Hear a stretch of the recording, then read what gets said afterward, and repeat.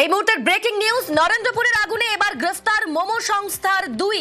নরেন্দ্রপুর থেকে গ্রেফতার ম্যানেজার মনোরঞ্জন শীট। নরেন্দ্রপুরের আগুন, যেখানে একাধিক মৃত্যু এবং তারপর সেই ঘটনায় এবার গ্রেফতার মোমো সংস্থার 2। নরেন্দ্রপুর থেকে গ্রেফতার ম্যানেজার মনোরঞ্জন শীট, জালে ডেপুটি ম্যানেজার রাজা চক্রবর্তী। আগেই জালে ডেকোরেটরস সংস্থার মালিক। নরেন্দ্রপুরের সেই বিধ্বংসী আগুন, যেখানে বেশ কয়েকজনের মৃত্যু হয়েছে এবং এখনো পর্যন্ত অনেকজনের শনাক্তই করা যায়নি অনেকজনকে তাদের, এবং সেই ঘটনায় এবার গ্রেফতার মোমো সংস্থার 2। নরেন্দ্রপুর থেকে গ্রেফতার ম্যানেজার মনোরঞ্জন শীট, জালে ডেপুটি ম্যানেজার রাজা চক্রবর্তী। আমাদের সঙ্গে রয়েছেন প্রতিনিধি অর্পণ।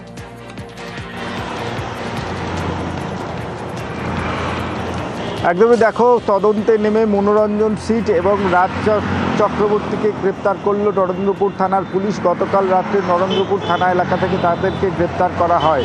এই ঘটনায় বারেবারেই মোমো সংস্থার বিরুদ্ধে একাধিক অভিযোগ আনা হচ্ছিল। গতকাল তারা একটি প্রেস মিট করার জন্য জানান এবং সেখানে যারা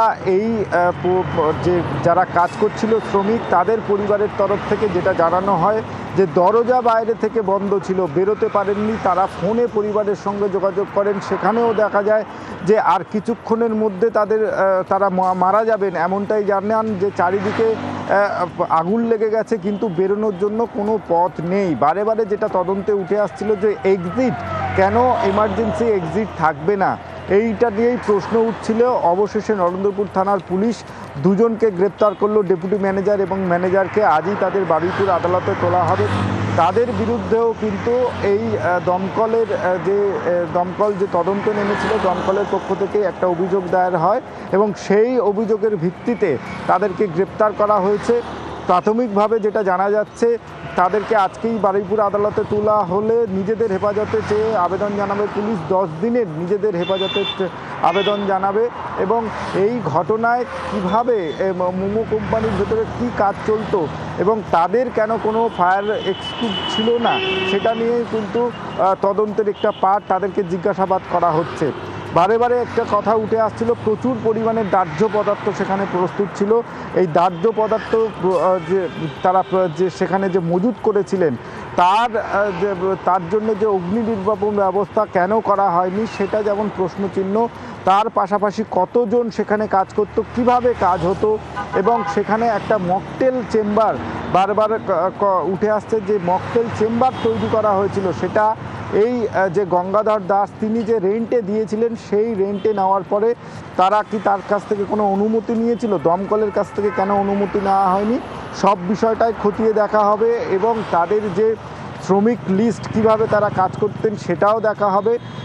এবং তাদের 3 জন যারা ওই রাত্রে ছিল, সিকিউরিটি গার্ড সহ আরও 2 জন, তাদের এখনও পর্যন্ত তাদের দেহ শনাক্ত করা সম্ভব হয়নি। কারণ তুমি জানবে যে দেহাংশ উদ্ধার হয়েছে, এখনও পর্যন্ত তাদের কাউকেই শনাক্ত করা সম্ভব হয়নি। প্রত্যেকের ডিএনএ টেস্টের জন্য নিয়ে যাওয়া হয়েছে, ডিএনএ ম্যাপিং হবে এবং তারপরেই তাদের পরিচয় জানা সম্ভব হবে। তুমি জানবে গতকাল কেএমসির যারা আধিকারিকরা এসছিলেন এবং তার সঙ্গে শ্রমিকরা এসছিলেন, গ্যাস কাটার নিয়ে আসা হয়েছে।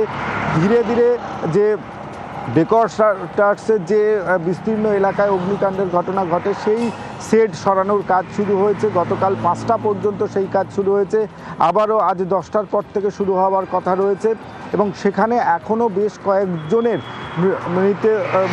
মৃত দেহাংশ উদ্ধারের সম্ভাবনা রয়েছে। কারণ এখনও পর্যন্ত 23 জনের দেহাংশ উদ্ধার হয়েছে। সেই 23 জনের বাইরে এই যে 27 জনের যে নিখোঁজ ডায়েরি হয়েছে, তাদের কিন্তু দেহাংশ এখনও পাওয়া যায়নি। এবং দেহাংশের যদি বলা যেতে পারে যে পুলিশ এখনও পর্যন্ত নিশ্চিতভাবে যা বলতে পারছে না যে এই ঘটনায় কতজনের দেহাংশ উদ্ধার হয়েছে, কারণ আলাদা আলাদা পার্টস শুধুমাত্র উদ্ধার করতে পেরেছে পুলিশ। কারণ অগ্নিকাণ্ডের এতটাই তীব্রতা ছিল, তুমি জানবে প্রায় 3 দিন পরে সেই অগ্নিকাণ্ড সম্পূর্ণরূপে যে আগুন নিয়ন্ত্রণে আসে এবং গতকাল থেকে দেখা গিয়েছে যে এই যে যেখানে অগ্নিকাণ্ড ঘটেছে। আরেকবার জানতে চাইবো যে গ্রেফতার করা হয়েছে মোমো সংস্থার 2 জনকে, তাদের ঠিক কিভাবে গ্রেফতার করা হলো এবং তাদের পরিচয়টা কি?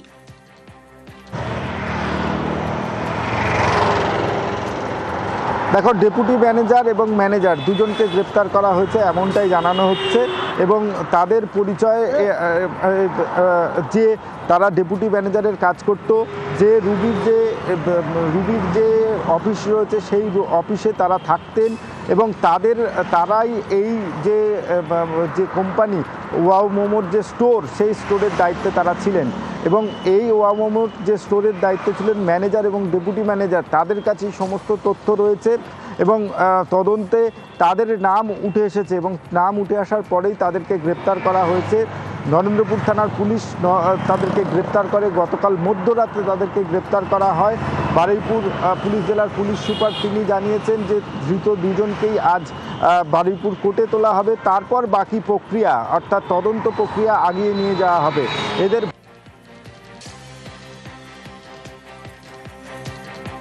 নরেন্দ্রপুরের আগুনে এবার গ্রেফতার মোমো সংস্থার 2 নরেন্দ্রপুর থেকে গ্রেফতার ম্যানেজার মনোরঞ্জন শেঠ এবং জালে ডেপুটি ম্যানেজার রাজা চক্রবর্তী। আমাদের সঙ্গে রয়েছেন প্রতিনিধি অর্পণ। অর্পণ, তুমি যেমনটা বলছিলে কিভাবে তারা শ্রমিকদেরকে কাজ করাতেন এবং যে ঘরটি নিয়ে তারা এই কারখানা, এই যে মোমো সংস্থা চালাচ্ছিলেন, সেই সংস্থার যে দমকলের যে নির্দেশিকা, দমকলের যে অনুমতিপত্র, সেটা কি তারা নিয়েছিলেন, কেন নেননি, কিভাবে কাজ চালাচ্ছিলেন, কতদিন ধরে কাজ চালাচ্ছিলেন, সেই বিষয়গুলো জানার জন্য নিজেদের হেফাজতে আবেদন জানিয়েছে পুলিশ এবং তাদেরকে নিজেদের হেফাজতে নেওয়ার পর সমস্ত বিষয় আর তদন্তে আরো বেশ কিছুটা অগ্রগতি হবে এমনটাই মনে করছে পুলিশ। গতকাল পর্যন্ত যারা নিখোঁজ ডায়েরি করেছেন তাদের প্রত্যেকের পরিবারের সদস্যদের কাছ থেকে ডিএনএ স্যাম্পল কালেকশন করা হয়েছে বারুইপুর এসডি হাসপাতালে। তার পাশাপাশি আজও সেখানে উদ্ধার কার্য চলছে। এই ডেপুটি ম্যানেজার এবং ম্যানেজারের ভূমিকা অত্যন্ত প্রাসঙ্গিক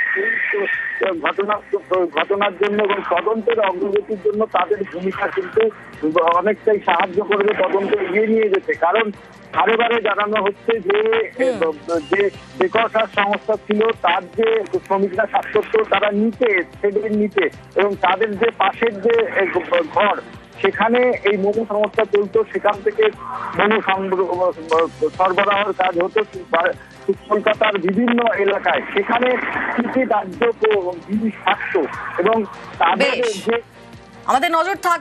ধন্যবাদ অর্পণ।